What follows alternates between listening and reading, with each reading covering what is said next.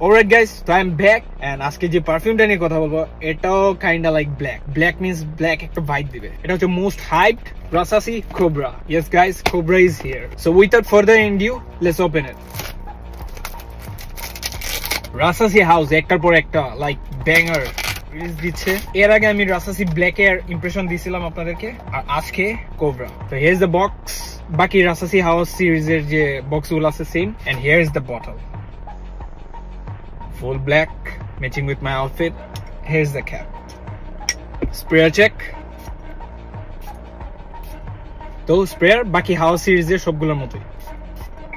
তো first impression guys, আপনাদের যদি সোপ মানে সাবান টাইপের স্মেল যদি ভালো লাগে আপনারা এটা লাইক করবেন।